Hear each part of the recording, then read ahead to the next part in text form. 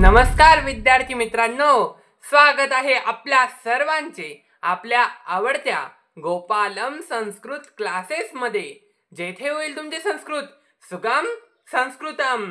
चला तर मग वाट कसली पाहतायत, आपण आज सुरुवात करूया भाषा सूत्रम 1 ला, जो की तुमच्या सर्वांचा मोस्ट वॉन्टेड टॉपिक आहे।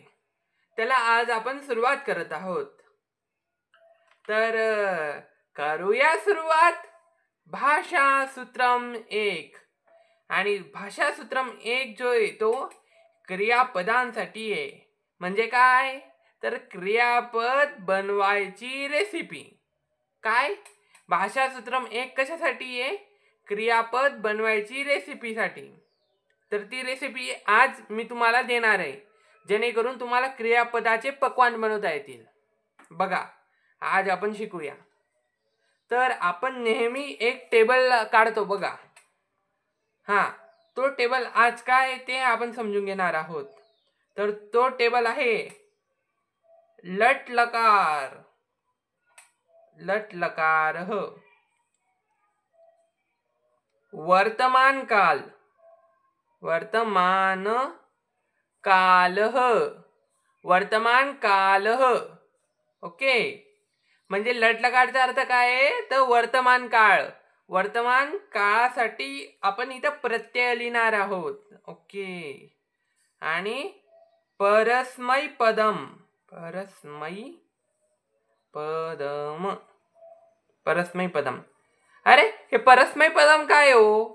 अहो परस्मै पदम म्हणजे काय, तर मी ते तुम्हाला गुप्तपणे नंतरून सांगेल। हो, थोडी उत्सुकता जागृत ठेवा। ओके, तर आपण आता हा टेबल काढूया। एक वचन, ओके, द्विवचन आणि बहुवचन। ओके, आणि बघा आता प्रत्यय काय येतात, ती, तह, अंती। पाठ करायचा आहे, झाला पण असेल तरी पाठ करा। ती, तह, अंती। पुढे बोला बोला, सी, थह, थ, मी, वह, मह। ओके, प्रथम पुरुष, प्रथम तुला, प्रथम पुरुष। ओके, मध्यम पुरुष, मध्यम पुरुष, पुरुष। ओके, आणि उत्तम पुरुष, उत्तम पुरुष, पुरुष। ओके, तर हा टेबल कशाचा आहे? हा टेबल कशाचा आहे, तर हा प्रत्ययांचा टेबल आहे सर। प्रत्ययांचा टेबल आहे। ओके, कोणत्या काळातले प्रत्यय हो? अहो लट लकार। लट लकार म्हणजे काय हो? वर्तमान काळ। वर्तमान काळासाठी हे प्रत्यय वापरतात।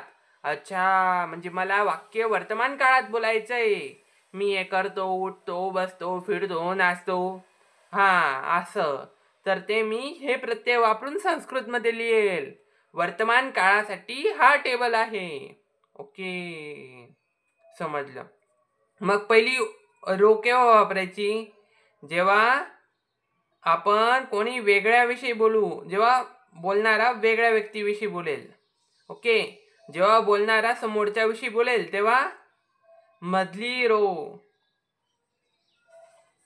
ओके, आणि जेव्हा बोलणारा स्वतः विषयी बोलेल तेव्हा शेवटची रो। ओके, हे याचा उपयोग आता आपण समजूया। ओके, म्हणजे आपण हे का बरं शिकतोय, आपण क्रियापद वापरायचे कसे हे समजायला पाहिजे ना। मग क्रियापद वापरायचे कसे हे समजू, आणि त्यानंतर क्रियापद बनवायचे कसे हे पण समजू। ओके, तर ही काही वाक्य आहे, आपल्याला ही वाक्य संस्कृत मध्ये लिहायची। कशी लिहिणार? अरे अगदी सोपं आहे। तो नाचतो। तो नाचतो, तो म्हणजे कोण? अरे कोणीतरी वेगळा आहे, कारण की बोलणारा तो व्यक्ती नाही आहे, समोरचा नाही आहे, तो म्हणजे कोणीतरी वेगळा व्यक्ती आहे. अच्छा, ओके. पण तो म्हणजे कोण? संस्कृतमध्ये तो म्हणजे सह. हा, सह भाषा शब्दार्थ आहे तो, सह. आणि मराठीत म्हणतात तो. अच्छा, आणि तो व्यक्ती कोण आहे? स्वतः पण नाही, समोरचा पण नाही, कोणीतरी वेगळ्याविषयी बोलतोय तो. ओके, मग सह आणि वेगळा आहे म्हणून आपण पहिली लो वापरतोय. आणि तो व्यक्ती एकटा आहे म्हणून एक वचन. प्रत्यय काय लागतंय?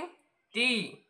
आणि नाचण्याला नृत्य आणि पुढे ती लावा, नृत्य ती, असं वाक्य झालं. ओके, पुढे अजून डिटेलमध्ये आपण समजणार आहे, काही घाबरायची गोष्ट नाही. ओके, तारा पुस्तक वाचते. तारा पुस्तक वाचते, तारा नाव जसंच्या तसं. ओके, आता वाचते पुस्तक, तारा पुस्तकम. ओके, तारा पुस्तकम असं लिहिलं. आता हे वाचते कसं तयार करू? मला पठती वगैरे आपण वाचण्याला संस्कृतमध्ये शब्द वापरतो. मग आता वाचते, तारा कोण आहे? स्वतः बोलणारा आहे का? नाही. समोरची व्यक्ती आहे का तारा? नाही. कोणीतरी वेगळं आहे तारा, आणि आपण त्यांच्याविषयी बोलतोय. मग तारा कोणतरी वेगळी म्हणून वेगळा.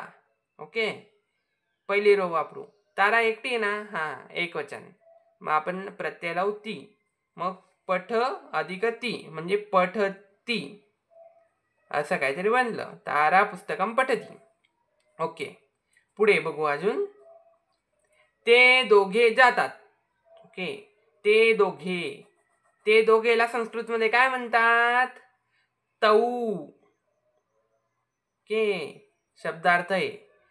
ते दोघे म्हणजे संस्कृतमध्ये तौ. तौचा अर्थ ते दोघे असा होतो.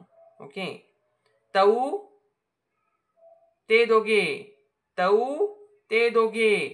ओके, आणि जातातला काय म्हणतात? गच्छ हा जाण्यासाठी आहे, गच्छ. आणि पुढे आपण काय लावू मग? बघा तर, ते दोघे म्हणजे ते दोघे. आता स्वतः आपण आहे का? नाही. समोरचे का? नाही. कोणतरी वेगळे आहे ते दोघं. अच्छा, आणि किती जण आहेत ते? 2 जण आहेत. वेगळं आणि 2 जण. तह म्हणजे गच्छ म्हणजे जाणे, जातात. मग गच्छ अधिक इथं पुढे आलं तह, हा तह उचलला आणि लावून दिला, कारण की 2 जण होते. ओके, आता बघा, आम्ही दोघे वाचन करतो. ओके, आम्ही दोघेला आवाम म्हणतात. आणि वाचन करण्याला पठला काय प्रत्यय लागतं? तर आम्ही दोघे म्हणजे बोलणारा त्याच्यात स्वतः येतोय. आम्ही दोघे म्हणजे स्वतः, आणि 2 जण आहेत, दोघे द्विवचन म्हणून प्रत्यय वह लागेल. आणि ते तयार होतं पठावह.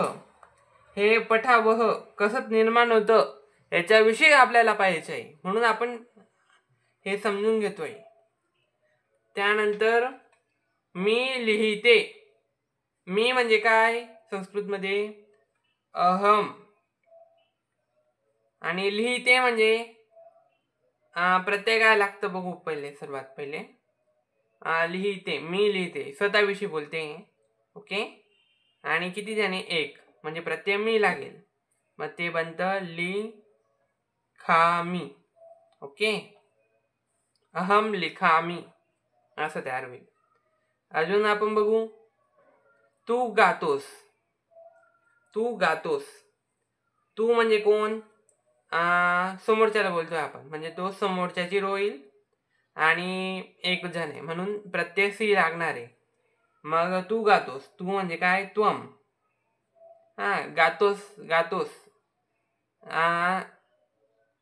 गातोसला काय शब्द आहे तो? गाय, आणि सी लागेल त्वम गायसी असे प्रत्यय लागतील. आता बघा मराठीमध्ये तो हे प्रत्यय लागलेलं आहे, तर संस्कृतमध्ये ती हे प्रत्यय लागलं आहे. मग आता हे जे प्रत्यय आहे ते आपण इथून घेतोय, पण हे क्रियापद कसं बनतंय याविषयी आता आपण पाहूया.